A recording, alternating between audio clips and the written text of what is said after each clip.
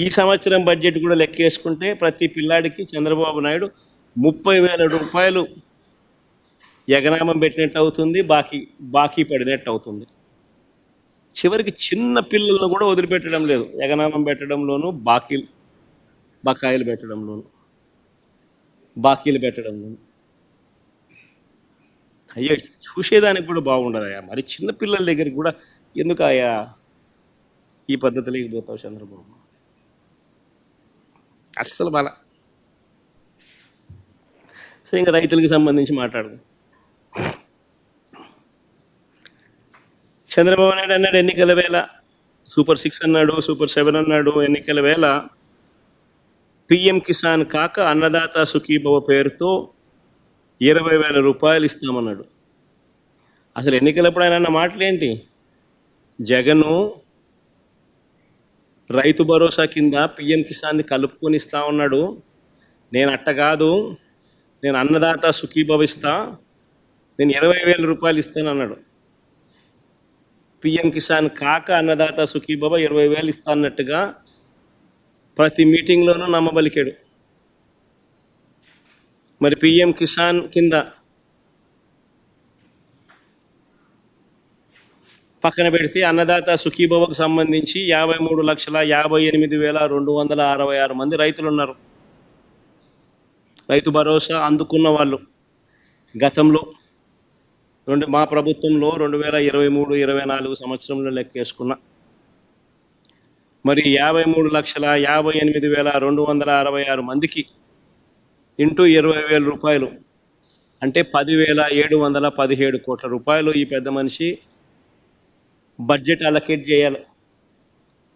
మొట్టమొదటి బడ్జెట్లో గత ఏడాది 1,000 కోట్లు అలాట్ చేశాడు అన్నదాత సుఖీభవ అనే ప్రోగ్రాం. పోయేదేముంది, ఎలాగో ఇచ్చేది లేదు సచ్చేది లేదు కదా అని చెప్పి 1,000 కోట్లు అలాట్ చేశాడు, ఎగరగొట్టేశాడు. ఇప్పుడు ఎంత చేశాడు అని అంటే ఇప్పుడు రెండో బడ్జెట్లో 6,300 కోట్లు అలాట్ చేసినాడు. ఇక్కడ కూడా ఎక్కడ 10,717 కోట్లు కనిపించదు. ఎందుకంటే ఎలాగో ఇచ్చేది లేదు సచ్చేది లేదు, ఎలాగో మోసం చేసేది కదా అన్నట్టుగా తయారైంది చంద్రబాబు నాయుడు పరిస్థితి.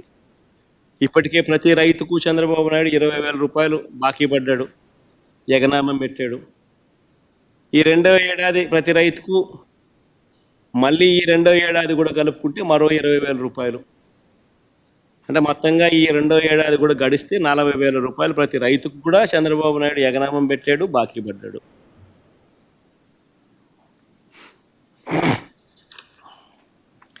చంద్రబాబు నాయుడు ఇలా రైతులకు మోసం చేయడం అనేది కొత్త కాదు. కోర్స్ ఆయన చరిత్ర చూస్తే ఎవరిని, మహిళలకు కొత్త కాదు, పిల్లలకు కొత్త కాదు, రైతులకు కొత్త కాదు. కానీ రైతులకు సంబంధించి ప్రత్యేకంగా చెప్పాలని అంటే నీరు ఎలక్షన్స్ కన్నా ముందు ఎలక్షన్స్ ఒకసారి గమనిస్తే 87,612 కోట్ల రూపాయల రైతుల రుణాలు, వ్యవసాయ రైతుల రుణాలు మాఫీ చేస్తానని చెప్పి హామీ ఇచ్చి, బ్యాంకుల్లో పెట్టిన బంగారం విడిపిస్తాను అని చెప్పి హామీ ఇచ్చి, చివరికి 87,612 కోట్ల రూపాయలకు గాను కనీసం వడ్డీలకు కూడా సరిపోని విధంగా తన 5 సంవత్సరాల అప్పటి పాలనలో కేవలం 15,000 కోట్ల రూపాయలు మాత్రమే విడల్చి చేతులు దులుపుకున్న పరిస్థితుల మధ్య చంద్రబాబు నాయుడు ఎలా ఓడిపోయాడో మనమంతా చూసాం. మళ్ళీ ఈరోజు సీఎం అదే పద్ధతిలో మళ్ళీ రైతులను మోసం చేసే కార్యక్రమం మళ్ళా జరుగుతూ ఉంది. ఇప్పటికే రైతులకు 20,000 రూపాయలు మోసం చేశాడు, గత ఏడాది ఇవ్వకుండా ఎగరగొట్టేశాడు. ఈ సంవత్సరం మళ్ళీ 20,000 రూపాయలు ఎగరగొట్టే కార్యక్రమానికి చంద్రబాబు నాయుడు శ్రీకారం చుట్టాడు. ఇది మన కళ్ళ ఎదుటే కనిపిస్తా ఉన్న సత్యం. సరే, కాస్త ముందుకు పోతే ఇంకొక పథకం, ఇదే పెద్ద మనిషి చంద్రబాబు నాయుడు చిన్న పథకం, దీపం అనే ఒక పథకం. ఈ దీపం అనే ఈ పథకానికి సంబంధించి ఇదే పెద్ద మనిషి పెద్ద ఎక్కువ ఖర్చు అయ్యేటివి కూడా కాదు, 4,000 కోట్లు ఖర్చు అవుతుంది. రాష్ట్రంలో 1,59,00,000 దీపం కనెక్షన్లు ఉన్నాయి అని చెప్పి మన అందరికీ కూడా తెలిసిన విషయమే. Ministry for petroleum and natural gas వాళ్ళ వెబ్సైట్ లేకపోతే క్లియర్గా కనిపిస్తుంది. Ministry of petroleum and natural gas వాళ్ళ వెబ్సైట్లో petroleum planning and analysis cell సంబంధించిన రిపోర్టు మన కళ్ళ ఎదుటే కనిపిస్తుంది. దాంట్లో ఆంధ్ర రాష్ట్రంలో 1,59,00,000 active domestic customers of LPG ఉన్నారు అని చెప్పి వాళ్ళ రిపోర్ట్లో ప్రచురణ కూడా చేశారు. వీళ్ళందరి ఆధార్ కార్డులు ఉన్నాయి, వీళ్ళందరి డీటెయిల్స్ ఉన్నాయి, ఎవరికి ఉన్నాయి, అన్ని డీటెయిల్స్ అన్నీ ఉన్నాయి. ఉన్నప్పటికీ కూడా ఈ 1,59,00,000కు 3 సిలిండర్లు చంద్రబాబు నాయుడు గారు ఇస్తారని ఎన్నికల మేనిఫెస్టోలో హామీ ఇచ్చాడు. 1,59,00,000 ఇంటూ 3 సిలిండర్లు అని అంటే సంవత్సరానికి కావాల్సింది 4,000 కోట్లు. ఇందులో మొదటి ఏడాది మోసం చేస్తూ 3 సిలిండర్లు కాస్త 1 సిలిండర్కి తీసుకొచ్చాడు. ఆ 1 సిలిండర్లన్నా అందరికీ ఇచ్చాడంటే అది ఇవ్వకోకుండా అందరికీ ఎగరగొట్టేశాడు.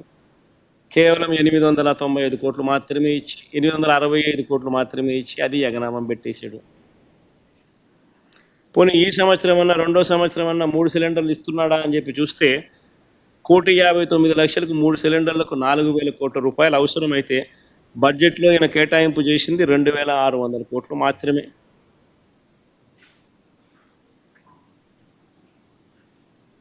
అంటే ఎలాగూ ఇచ్చేది లేదు కాబట్టి, ఎలాగూ మోసమే కాబట్టి నెంబర్లు ఏవి ఎంత అవసరమో అన్న దాని మీద ఏది కూడా ఎవరు కూడా లెక్కలు చూడడం లేదు. ఎలాగో ఎగరగొట్టేదే నామకే వాస్తే చేయాలంటే చేయాలన్నట్టుగా చేసేదే కాబట్టి ఎలాగో ఎగనామం పెట్టేదే కదా అని చెప్పి అడుగులు వేస్తూ ఉన్నాడు చంద్రబాబు నాయుడు గవర్నమెంట్. మరో ముఖ్యమైన హామీ 50 ఏళ్ళకే పెన్షన్ అన్నాడు.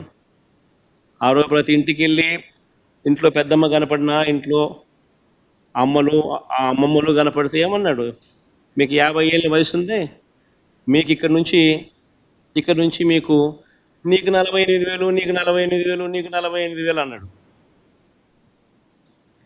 ఇదే పెద్ద మనిషి అన్నాడా? మరి నిజంగా 50 ఏళ్ళకి పెన్షన్లు ఇవ్వాలి అని అంటే ఎస్సీ, బీసీ, మైనారిటీలకు ఇదే మాదిరిగా పెన్షన్ ఇవ్వాలి అని అంటే మరో 20 లక్షల కుటుంబాలు యాడ్ అవుతాయి ఉన్న పెన్షన్ల సంఖ్యకు.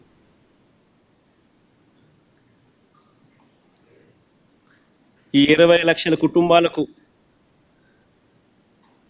4,000 రూపాయలు చొప్పున లెక్కేసుకుంటే అక్షరాల 9,600 కోట్ల రూపాయలు కేటాయింపులు చేయాలి. మొదటి ఏడాది 9,600 కోట్లు ఎగరగొట్టేశాడు. పోనీ ఈ ఏడాది ఏమైనా కేటాయింపులు చేశాడా, ఏమైనా ఇస్తాడా అని చెప్పి చూస్తే ఈ ఏడాది కూడా ఎగరగొట్టేశాడు. అంటే ఈ 50 ఏళ్ళు నిండిన ప్రతి మహిళకు ఎన్నికలప్పుడు నీకు 48,000, నీకు 48,000, నీకు 48,000 అని చెప్పిన ఈ చంద్రబాబు నాయుడుకి సంబంధించిన వీళ్ళంతా, ఈ నాయకులంతా ప్రతి